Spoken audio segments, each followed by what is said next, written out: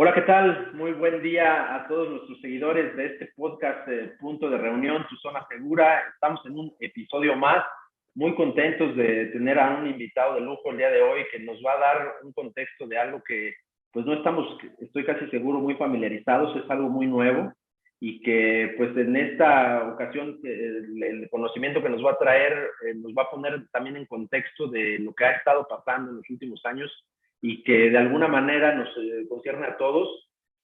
Tan es así, pues que el tema de lo que vamos a hablar es sobre los accidentes viales y tan es así que pues estamos tan poco familiarizados que no nos hemos dado cuenta, por ejemplo, que este número va en incremento en los últimos años, ¿no? Más allá de lo que se contaba. Entonces, quiero presentar al doctor Arturo Cervantes, quien es profesor y catedrático especializado en salud pública.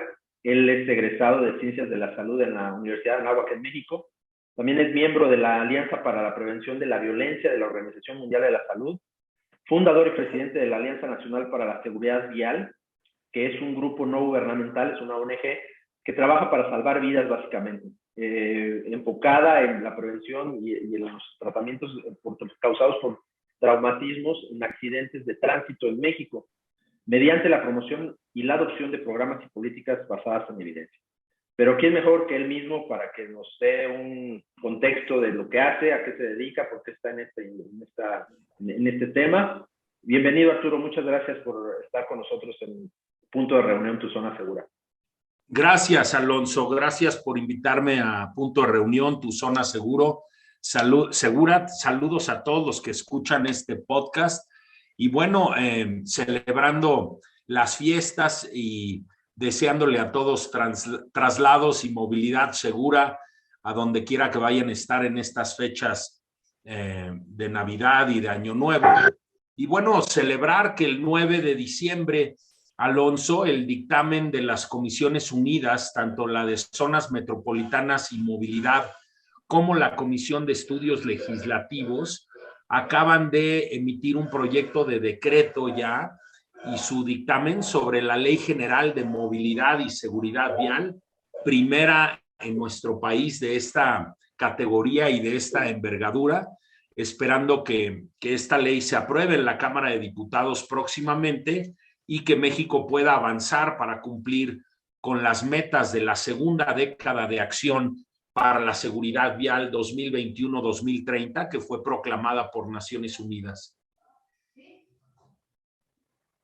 Estás en mute, Alonso. Discúlpame. Enhorabuena y felicidades también a ustedes. Estamos de manteles largos, por decirlo de alguna manera. Cuéntanos qué significa esta ley. Digamos, ¿qué pasaba antes que no se tenía, que se tuvo que hacer una ley? Mira, me da mucha esperanza de que con esta nueva ley México vaya a poder cumplir las metas que se han establecido desde hace más de una década, de reducir a la mitad el número de muertes, de heridos y de discapacidad que genera la inseguridad vial en nuestro país. Te comento, la década 2011-2020 fue la primera década de acción para la seguridad vial de las Naciones Unidas y México reprobó tristemente. La meta era reducir a la mitad el número de muertes, de heridos y de discapacidad que generan los accidentes de tránsito y México no cumplió. Y ahora este diciembre de 2021 se genera este dictamen sobre una nueva Ley General de Movilidad y nos da la esperanza de que México en esta segunda década pueda cumplir con estas metas tan importantes de salvar vidas. Te comento, Alonso, yo llevo ya casi, digamos, desde el 2007, casi 15 años trabajando el tema de seguridad vial en el país. Es una tristeza que cada año mueren 17,000 mexicanos en promedio. Cada día mueren más de 40 personas en nuestro país. Cada día cerca de 100 personas van a resultar con una discapacidad permanente. Cada día hospitalizamos a más de 1,700 personas en el Sistema Nacional de Salud por hechos viales y tristemente todo esto es evitable es un problema de salud pública y de desarrollo que le cuesta al país más de 500,000 millones de pesos cada año. Y bueno, como dices, estamos de manteles largos porque esta ley nos puede permitir llegar a un destino de menos muertes y lesiones, porque pues aborda temas muy importantes, ¿no? La ley nueva aborda el tema de las licencias de conducir, por ejemplo, el hecho de que en México se regalen prácticamente las licencias sin hacer exámenes de conocimientos o de aptitudes, de habilidades en la conducción, el tema del uso de cinturones de seguridad, por ejemplo, y dispositivos de retención infantil para los niños, el tema del uso obligatorio del casco en motociclistas, la prohibición del teléfono celular cuando vas conduciendo, el tema de alcoholimetría y control de consumo de alcohol en conductores. Todos estos temas se abordan en la nueva ley, lo cual nos da algunas esperanzas de que las cosas vayan a cambiar en nuestro país. Correcto. De hecho, por poner un poquito el contexto y el ejemplo, no sé desde cuándo, creo que por ahí de los años 40 se inventó el cinturón de seguridad y hasta finales de los 80 entró en vigor la primera ley que en México obligaba el uso del cinturón y hasta finales de los 90, de esa década, hasta por ahí de los 90, es que ya con las multas y la campaña mediática fue que hicimos conciencia y lo empezamos a utilizar. Y ahorita mencionabas otros tantos que son pues obligatorios, pero al mismo tiempo en la conciencia, en la cabeza de los conductores, se vuelve una cuestión opcional, ¿no? Entonces, no sabemos o más bien sí sabemos que no podemos traer a nuestro bebé aquí en el volante y cuánta la gente lo trae. Ahorita decías del dispositivo especial para que el bebé vaya adecuadamente asegurado, el uso del casco, en fin. ¿Qué pasa? ¿Es un tema de conciencia? ¿Es un tema de cultura? ¿Es un tema de esta vivir al límite y que no nos gusta cumplir la ley en nuestro país? ¿A qué se deberá esta situación en México? Mira, tristemente México tiene, yo te diría, entre 30 y alrededor de 30 años de rezago en materia de seguridad vial si nos comparamos con otros países. En particular, te puedo hablar de España, un país que en los 80s empezó a tomar acciones en materia de seguridad vial. Te puedo hablar de Suecia, que en los 60s empezó a tomar acciones en materia de seguridad vial. Y muchos países van mucho más avanzados y efectivamente, Alonso, es un tema de educación, es un tema de cultura, de falta de cultura vial, pero también es un tema de ausencia de políticas públicas y de leyes y reglamentos adecuados para regular la movilidad y proteger a los ciudadanos. Déjame te comento, en México tenemos ya más de 50 millones de vehículos en circulación. La Asociación Mexicana de Instituciones de Seguros, la AMIS, estima una siniestralidad promedio del 12%.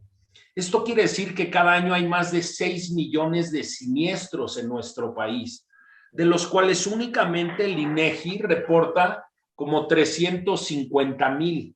Entonces, hay un subregistro enorme de los hechos de tránsito que ocurren en el país y bueno, este es uno de los temas que la nueva ley aborda de manera contundente. La nueva ley le pide a los estados y le pide a la federación crear un sistema de información para poder tener datos, para poder medir los hechos viales y también para poder llevar un control sobre los conductores, sobre las infracciones de los conductores, y aborda temas muy importantes esta nueva ley que llevamos 30 años sin aplicar el conocimiento adquirido en otros países, ¿no?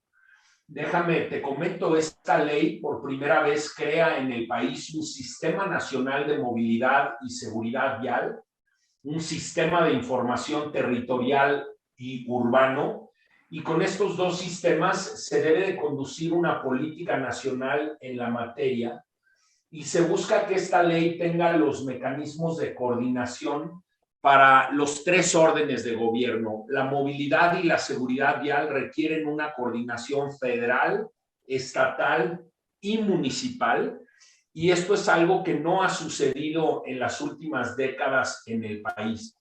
La nueva ley, Alonso, prioriza los modos de transporte de personas, de bienes y mercancías, dándole prioridad al transporte público de pasajeros, por ejemplo, que es algo muy importante, y poniendo atención en los usuarios vulnerables de la vía, en los peatones, en los ciclistas, en las personas con discapacidad, y quitarle un poco la prioridad al automóvil, que es algo que en nuestro país hemos hecho desde hace décadas, darle prioridad a la velocidad del vehículo sin importar los peatones o los usuarios vulnerables de la vía.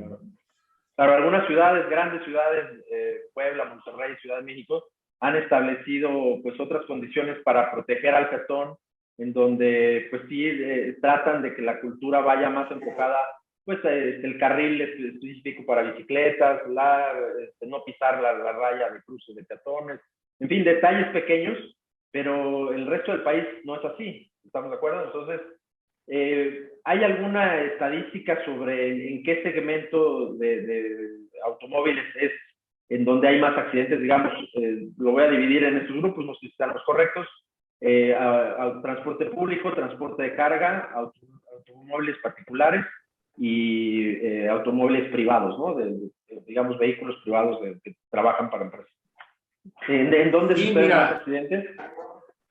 De acuerdo a los datos de la Asociación Mexicana de Instituciones de Seguros, la siniestralidad promedio en el autotransporte público de pasajeros, esto es los microbuses, los autobuses urbanos, rebasa el 30%, en contraste a la siniestralidad en vehículos automotores privados, que es alrededor del 6 o el 7%. Entonces, efectivamente, los vehículos que transportan pasajeros en nuestras ciudades, las combis, los microbuses, los camiones de transporte urbano, son los que tienen más siniestralidad cada año. Prácticamente 1 de cada 3 de estos vehículos va a chocar cada año.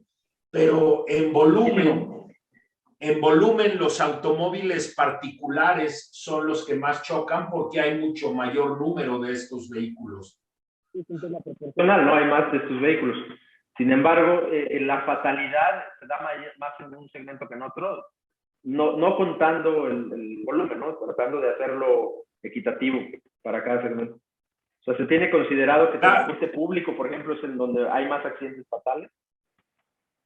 Mira, en realidad la fatalidad es mucho más alta cuando la colisión es contra un peatón y, por ejemplo, la fatalidad en accidentes de motociclismo es mucho más alta que en cualquier otro tipo de vehículos en circulación. Y ahorita, para que te des una idea, Alonso, en el año 2000 había menos de 500,000 motos registradas y en circulación en México. Este año estamos rebasando más de 5 millones de motos registradas y en circulación, y se están uniendo cerca de 800,000 motos nuevas. Cada año se están sumando a la flota vehicular. Es un fenómeno que hemos observado en otros países, sobre todo de Centro y Sudamérica. La moto llegó para quedarse y por ende, pues hay que tener acciones específicas para proteger a este usuario vulnerable y para garantizar que cada persona que compra una moto y que circula en una moto tiene, por un lado, los equipamientos de seguridad, el casco, los guantes, los gogles, las botas, y por otro lado, que tiene el conocimiento y la destreza para conducir una moto en la ciudad, ¿no? Entonces hay muchos retos en materia de movilidad. Te repito, México trae más de 30 años de rezago en la materia. Esta ley no lo va a resolver todo de un jalón, pero sin duda es un paso en la dirección correcta. Definitivamente un gran paso. Muchas veces necesitamos de esto, de que haya las leyes adecuadas que nos metan y nos recuerden nuevamente hacia dónde tenemos que ir, ¿no? Porque es de sentido común saber que el peatón tiene preferencia, ¿no? No necesitas una ley para hacerlo. Es de sentido común saber que no puedes exceder el límite de velocidad y sin embargo, me incluyo, lo hacemos. Es de sentido común saber pues, que como usuario del transporte público no puedes a lo mejor conducir el vehículo en estado de ebriedad o extremadamente cansado y sin embargo pasa, ¿no? Por pensar y por decir algunos muy básicos, quizás de los más frecuentes, y que sin embargo sigue pasando y qué lamentable. ¿Tú sabes si hay alguna razón por qué tenemos este rezago? ¿Por qué tardamos tanto en tener una ley como esta?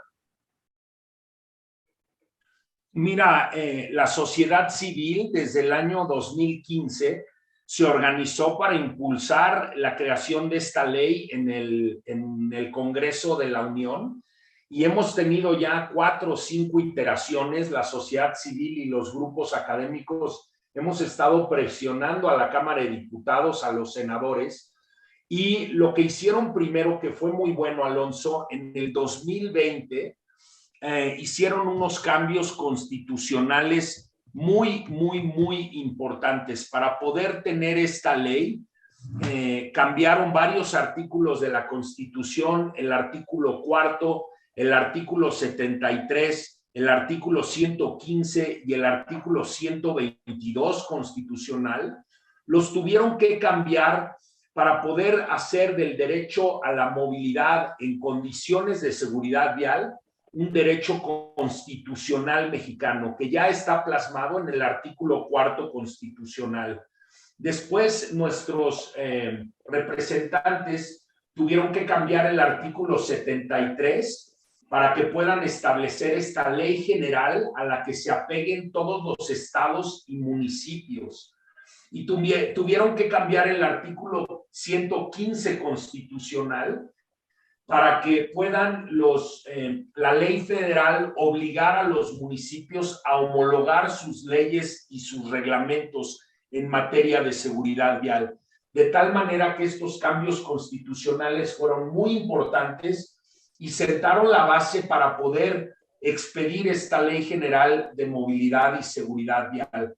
Pero algo importante, Alonso, la ley por sí misma no va a cambiar la situación. Nuestros estados y nuestros municipios tienen que tomar acciones e incluso el Congreso de la Unión está atado de manos porque en el 6º transitorio de esta ley no le dieron dinero a la ley. Entonces, lo que nos preocupa mucho en la alianza es que la nueva ley no tiene presupuesto. Entonces, es como, me preocupa que vaya a ser pura demagogia, porque sin presupuesto autorizado, pues va a estar muy difícil cumplir todos los aspectos que esta ley pretende que se regulen a nivel nacional. Y esto es uno de los hechos en los que estamos trabajando para tratar de cambiar esa situación. Esta ley es federal, ¿verdad? Es una ley general, sí, es federal. Ok, ¿y cada estado tiene libertad para aplicarla o se tiene que ajustar a esa ley también? O sea, de manera autónoma como estado, digamos.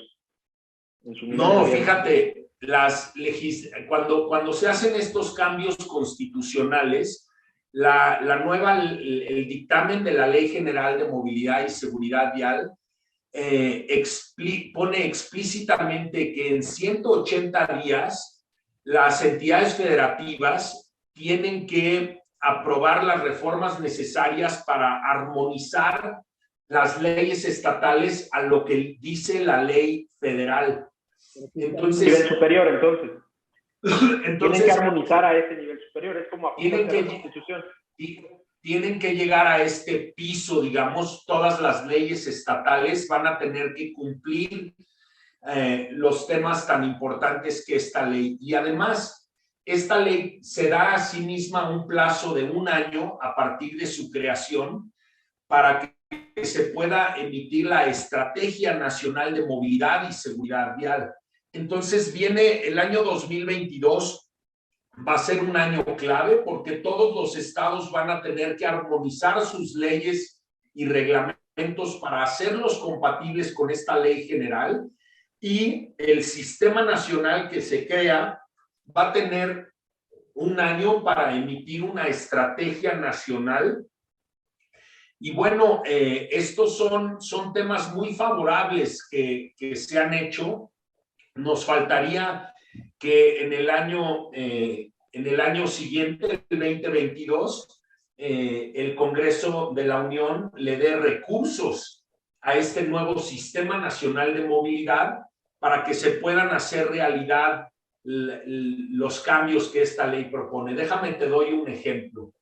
El tema de control de velocidad, porque la velocidad es uno de las infracciones más comunes. ¿Te acuerdas el accidente de Cuernavaca, de motos a 250 kilómetros por hora?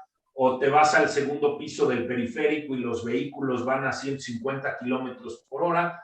Esta ley habla de límites de velocidad.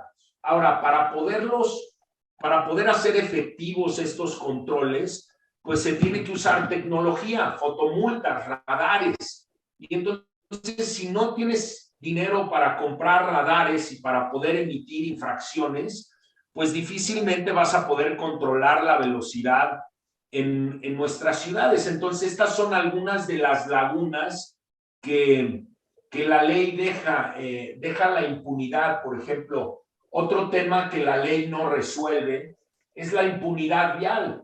Por ejemplo, el cobro de sanciones si tú traes tu vehículo de Puebla y tú vas rápido o infringiendo semáforos o cometiendo excesos de velocidad en México, pues no te pueden multar. No te pueden multar porque la ley deja este vacío de las sanciones por infracciones de acuerdo a las placas de un vehículo. Entonces, hay huecos todavía en la ley que se deben de plantear en la estrategia nacional, porque si no, te repito, no van a funcionar los temas tan fácilmente. Y justamente quería preguntarte en este sentido de las sanciones, si la ley contempla qué tipo de sanciones, cuántos salarios mínimos en caso de reincidencia, si es que se puede incrementar la sanción.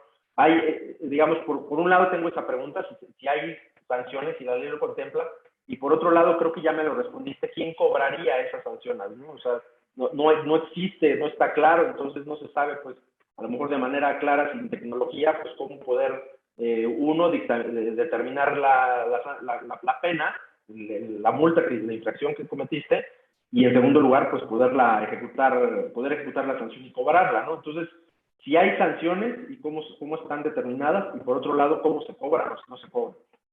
Mira, la ley sí tiene explícitas diferentes temas que van a ser sancionables, como las conductas de alto riesgo, como el uso del teléfono celular o el exceder las velocidades permitidas en áreas urbanas o suburbanas, el tema de uso de cascos, de dispositivos de retención infantil. Todo esto está explícito en la nueva ley general, y las multas para estas violaciones las van a tener que expedir las entidades federativas. Entonces, ese es el periodo de 180 días que la ley general da en su transitorio para que los estados armonicen sus legislaciones estatales o municipales y poder hacer explícitos estos temas de cuánto van a ser las multas, si van a ser fotocívicas o fotoinfracciones. Hay algunas entidades federativas, como tú bien lo mencionabas, que van muy avanzados en la materia. Yo te diría que la Ciudad de México, la Ciudad de Guadalajara, Puebla, son líderes en el país en estos cambios, en multar a los infractores, en tener sanciones y consecuencias para las violaciones a la ley, pero efectivamente el resto del país va muy rezagado y van a tener mucho camino por delante, Alonso. Sí, lamentablemente.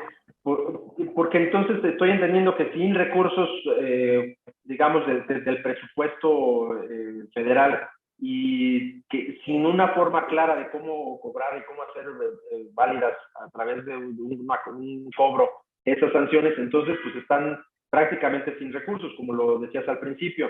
¿De qué manera, al menos, no sé si de una forma local se pudiera establecer pues un apoyo para que todos conozcamos esta ley, sepamos a lo mejor los puntos más importantes para cada segmento, para el segmento de transporte público, el transporte de pasajeros, el transporte privado, y que tengamos, pues, empecemos a familiarizarnos con esta ley, por lo menos de manera hasta un tanto casual, si quieres, como lo hicieron en su momento. Yo tengo 45 años y recuerdo la campaña de uso del cinturón de seguridad que fue en la década de los 80, creo. Y algo así, pues a través de los medios de comunicación que se sumen, canales de comunicación como el nuestro, que nos sumamos también, de qué manera podemos ir haciendo llegar esta ley, digamos, desde la sociedad civil y las organizaciones.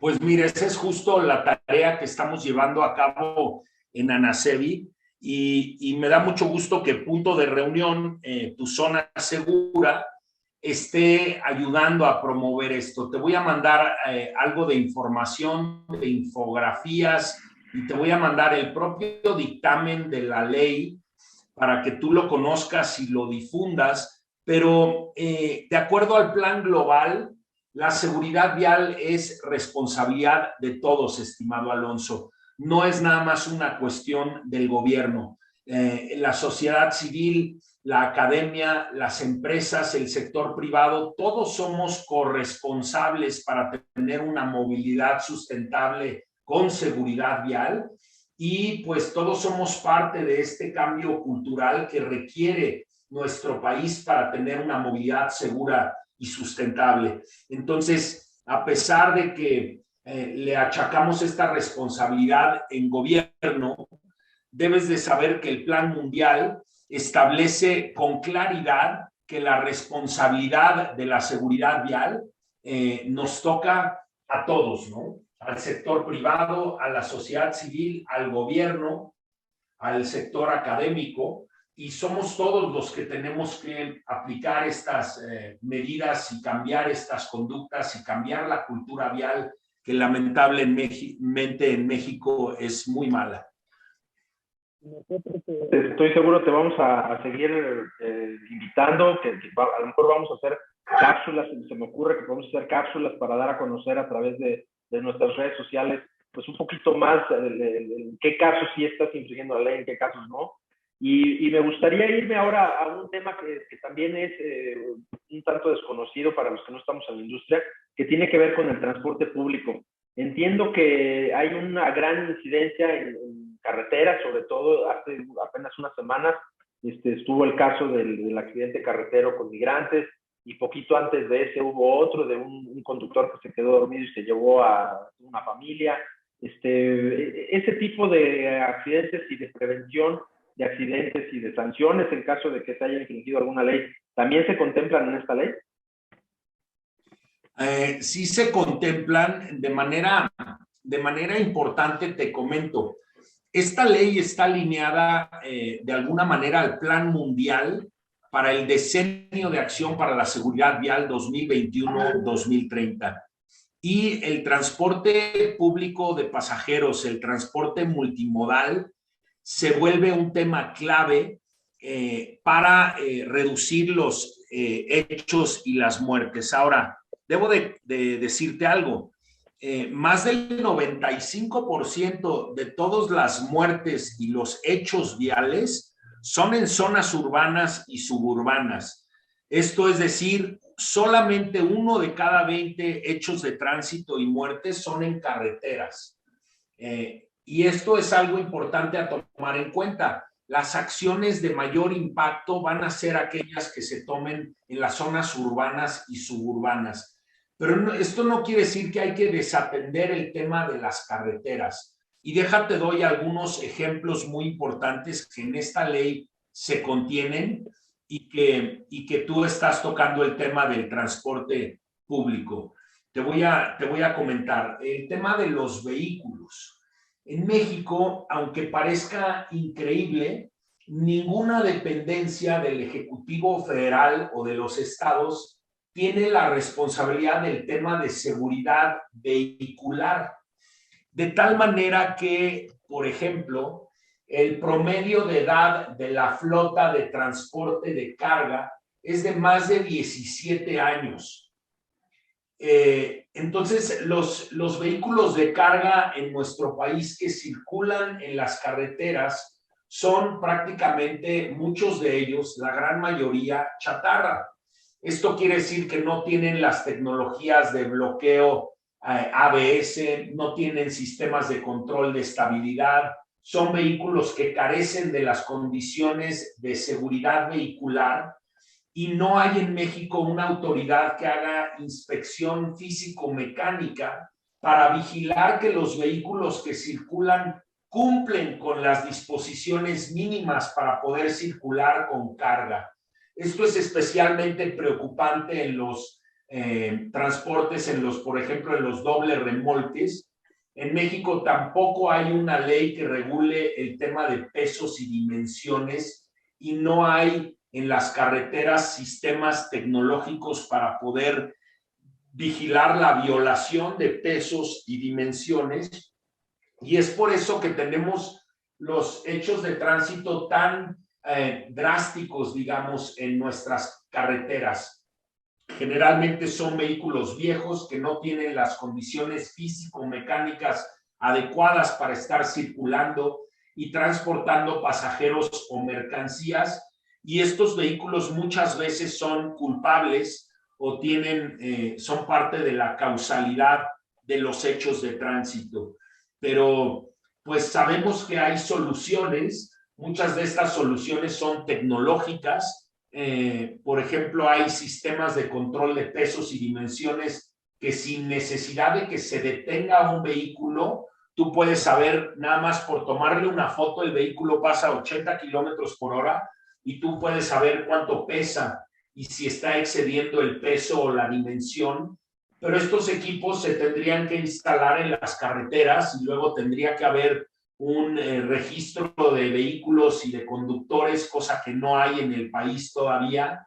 Entonces, sí hay forma de controlar para reducir los siniestros, pero tiene que haber, por un lado, voluntad política y por otro lado, financiamiento para usar las tecnologías y los sistemas inteligentes de transporte y poder controlar el caos que hay en la circulación de vehículos en nuestras carreteras.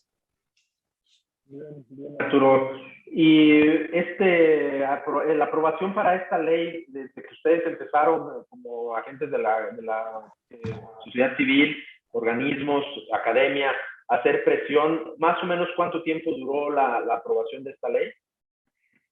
Mira, te puedo decir que llevamos 6 años luchando para que esto sea aprobado. Ha habido varias iteraciones. El Pleno del Senado ya la votó. Ahorita se enviará a la Cámara de Diputados. Estamos esperando de que sea aceptada. Y de ser así, la Cámara de Senadores va a enviar el decreto de vigencia al Ejecutivo, al presidente de la República, que es quien la debe de publicar en el diario oficial. Nosotros estamos esperando que esta publicación sea en enero y una vez publicada, el Congreso Federal y los congresos estatales tienen 180 días para revisar sus leyes, resolver contradicciones, adecuarlas al nuevo marco legal y bueno, va a empezar el año entrante a operar esto que se llama el Sistema Nacional de Movilidad y Seguridad Vial. Y bueno, nosotros, las organizaciones de la sociedad civil que hemos impulsado esta ley, vamos a estar observando de cerca el proceso para asegurarnos que este nuevo sistema funciona y que se tomen acciones para atender la problemática. ¿Ven ustedes alguna razón por la cual Cámara de Diputados o el Ejecutivo no dé luz verde? ¿O ya lo das por hecho? Porque me parece que no tendrían por qué decir que no. Pues mira, me parece que no tendrían por qué decir que no, pero llevamos 6 años en un estira y afloja y 6 años en donde cada año hemos tenido la esperanza de que esto suceda y por algún motivo no ha sucedido. Pero te repito, los cambios constitucionales que se llevaron a cabo en el 2020 en el país nos dan la esperanza de que esta vez sí va en serio, de que la ley sí tiene ahora el sustento constitucional para poder ser publicada por el Ejecutivo. Entonces, es una ley que se aprobó sin oposición en las comisiones. Eso quiere decir de que muy probablemente la Cámara de Diputados la va a aprobar tal y como está y el Ejecutivo la va a publicar en enero. Sin duda alguna, si es así, estaremos, como tú dices, de manteles largos, pero con mucho trabajo por delante, Alonso.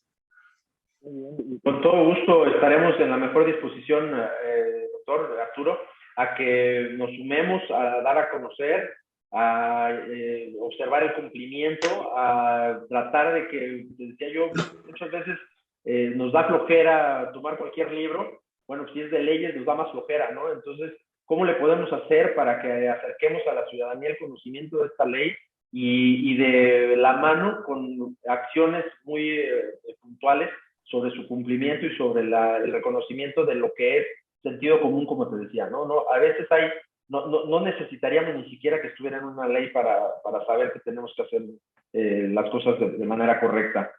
No me resta más que agradecerte muchísimo, pedirte si tienes alguna recomendación adicional, si nos puedes dar unas palabras de cierre y que también nos incluyas, por favor, cómo podemos contactarte, tus redes sociales, en fin. Claro que sí, mira, te estoy enviando aquí por el chat una infografía de la nueva ley para que la puedas tener. También te estoy enviando por aquí por el chat, por donde estamos hablando, algunos de los documentos de el dictamen del que estamos hablando para que lo conozcas y lo difundas. Ya te mandé el dictamen, te mandé la ley, te mandé algunos de los temas torales que estamos comentando ahorita para que nos hagas favor, por favor, de difundirlo. Y yo lo que te diría a manera de cierre y de conclusión, mi querido Alonso, es que no dejemos que este tema se quede en una ley, pero en una ley sin consecución, en una ley sin acciones concretas. El Plan Mundial ya ha identificado el enfoque de sistemas seguros del que tal vez podemos hablar en otra ocasión. Entonces, en la ley se estipula qué medidas funcionan, qué medidas tienen evidencia de su éxito. Y México no tiene que inventar el hilo negro, tenemos que aplicar aquellas medidas que se sabe que funcionan. El Plan Mundial también nos habla de cómo aplicar estas medidas. No nada más se necesita un marco jurídico correcto, se necesita financiamiento, cosa que esta ley no tiene. Se necesita crear capacidades a nivel estatal y a nivel local. Se necesita usar tecnología para poder controlar la velocidad y las infracciones. Y sobre todo, el Plan Mundial nos habla de que estos cambios corresponden no nada más al gobierno, la sociedad civil, el sector privado, las entidades financieras, todos tienen que actuar para que esta ley sea una realidad y para que podamos tener en México una movilidad sostenible, una movilidad segura y que los mexicanos dejen de morir en nuestras calles y en nuestras vialidades. Gracias, Arturo. ¿Cómo te podemos contactar? ¿En dónde podemos buscar más información sobre el tema? Si nuestro auditorio quiere saber pues, más de ti y contactarte. Bueno, te invito a que conozcas nuestras redes sociales. Si te parece y puedo compartir mi pantalla, te voy a poder enseñar, digamos, las redes sociales de Anacemi. Déjame ver, compartir pantalla. Aquí están, no sé si las estás viendo. pero www.anacebi.org.mx, @Anacebi México en Instagram, @Anacebi_ITS en Twitter, Anacebi MX en Facebook, Anacebi MX en LinkedIn, y desde nuestro sitio de salud pública Anáhuac en YouTube puedes ver los videos. Nuestro compromiso, Alonso, es con la vida, con la integridad y la salud de todos los mexicanos. Invitamos a todos a sumarse a este segundo decenio de acción para la seguridad vial 2021-2030. Doctor Arturo Cervantes, estoy complacido de haber tenido esta charla contigo. Pues la verdad, reconfortante saber que hay, como decimos, somos más los buenos. Hay gente que se preocupa, hay gente que se ocupa, que lleva del decir al hacer acciones concretas, seguimiento, 6, 7, 10 años de estar presionando para que se dé esta ley. Felicidades, es un excelente cierre de año. Estaremos cerrando el 2021 con el paso 1 de 3 de la aprobación en el Senado. Nos falta la Cámara de Diputados y el Ejecutivo, y estaremos seguros y muy pendientes de que se cumpla. Y pues gracias a todo nuestro auditorio, a nuestros guardavidas, como nos llamamos acá. Gracias por escucharnos en este nuevo episodio de Punto de Reunión, tu zona segura. Nos vemos pronto y hasta la próxima. Gracias, Arturo. Un abrazo. Gracias a ti, Alonso. Saludos y estamos a tus órdenes. Que estés muy bien. Recuerda seguirnos en nuestras redes sociales. En Instagram nos encuentras como el Hub de Seguridad MX. También en TikTok, el Hub de Seguridad MXX. Y no olvides en Facebook, simplemente el Hub de Seguridad, y ahí estaremos para ti. Pero si quieres cursos, capacitaciones y contenidos a profundidad, no olvides ingresar a www.elhubdeseguridad.com.mx. Allí tenemos un encuentro.